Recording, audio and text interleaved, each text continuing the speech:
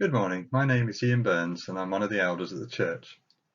This morning I want to tell you about our 20k challenge. In recent months we've affirmed our vision to love, live and share Jesus, and we've seen God bless us in many ways, most importantly with many people coming to know Jesus for the first time. Recently our treasurer Will Crowhurst gave a detailed presentation to the church meeting about our finances and the budget for this year. The conclusion was that to sustain all our current ministries and expand them further, we need to increase our annual giving by over £18,000. After some good discussion, the members proposed and agreed to commit us to increasing our giving this year by £20,000, hence the 20k challenge. Last year, our income from all sources was about £89,000 and our spending £95,000, resulting in a loss or deficit of over £6,000. This is not new. For 4 out of the 5 previous years, our spending has exceeded our income. We've been able to cover these losses from our reserves. This year our budget proposes spending of £114,000. If the income stays about the same level, we could make a loss of around £25,000. With the ongoing situation with COVID, we may not actually spend as much, and we currently project a shortfall of around £18,000.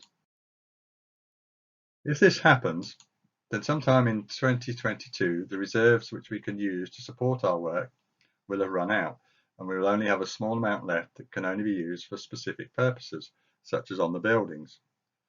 You may ask if we can reduce our spending, so let's have a look at where our money goes. As part of the United Reformed Church, our first and largest commitment is our contribution to the URC Mission and Ministry Fund. Most of this is spent on URC ministers, including Chris, and on their pensions and housing. About 26% of our spending pays for the half of Chris's time that the church is responsible for. There's also the cost of other mission of the church, such as Junior Church, and our working out our vision to love, live and share Jesus. We spend about 17% on mission outside of the church, including the Beacon Trust, who employ the village youth worker Lizzie Bottrell. The church has pledged to give 10% of our income to other missions, and there are currently 4 that we support: Reach, Christian Mission to the Jews, Through Faith Missions, and Issa Manab Kubri, a couple working with Arab communities in the Middle East and Canada. The other 18% covers the cost of running and maintaining our buildings, plus a relatively small amount on admin costs. Chris, the elders in the church meeting feel very strongly that we do not want to cut back on any of our ministry and mission, particularly with how we are seeing God blessing our work at this time. So it was agreed that we should commit to increasing our annual giving by £20,000 this year. This is not by simply having a one-off gift day, but by increasing our individual regular giving to the church. £20,000 sounds a lot of money, so we've come up with a simple illustration to break that down. If a cup of coffee costs on average £3, 2 cups of coffee cost £6. On average, 60 adults are regularly attending and are committed to this church. If we increase our giving each by the cost of 2 coffees per week, that would be £360 a week, and over a year, over £18,000. We know some cannot afford that much, others may be able to afford more. It is up to each of us to consider prayerfully and carefully what we can give. If everybody who pays tax gift aids their giving, we could easily receive another £2,000, which would help us meet our 20k challenge.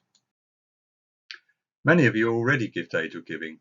Some of you may not realise you can, and some may simply not have got round to it. Let me quickly explain how gift aid works. If you make a donation to us and you tell us that you pay tax in the UK, we can claim back 25% from the government. That's 25p for every £1 you give, so £1 becomes £1.25. Will is happy to provide gift aid forms and answer any questions you may have about it. So this is our 20k challenge. You're going to hear more about giving and what the Bible says about it another week. I just conclude with 3 requests. Give prayerfully. Everyone's situation is different, and we know that some people are really struggling. Just ask God to guide you on this. As our circumstances change, we should continue to seek God's guidance on giving. Give regularly. you're able to give regularly, say monthly throughout the year, that really helps us to manage our cash and make sure we pay our bills on time and pass on the money sooner that we give to other mission causes. Without a cash offering every Sunday, the best way, if you can, is to set up a standing order from your bank. Will can provide the details for this. It's also easy to change if your circumstances change. Finally, give efficiently. If you pay tax, then please gift aid your giving if you can. Again, Will can provide the forms. His contact details are here. If you want to ask anything about this, please speak to Will or myself or any of the elders. To finish, I've chosen a verse that doesn't mention money, but does remind us of God's grace and how He blesses and provides for us to succeed in doing His work. It's from 2 Corinthians chapter 9, verse 8. And so God is able to bless you abundantly, so that in all things, at all times, having all that you need, you will abound in every good work. Thank you.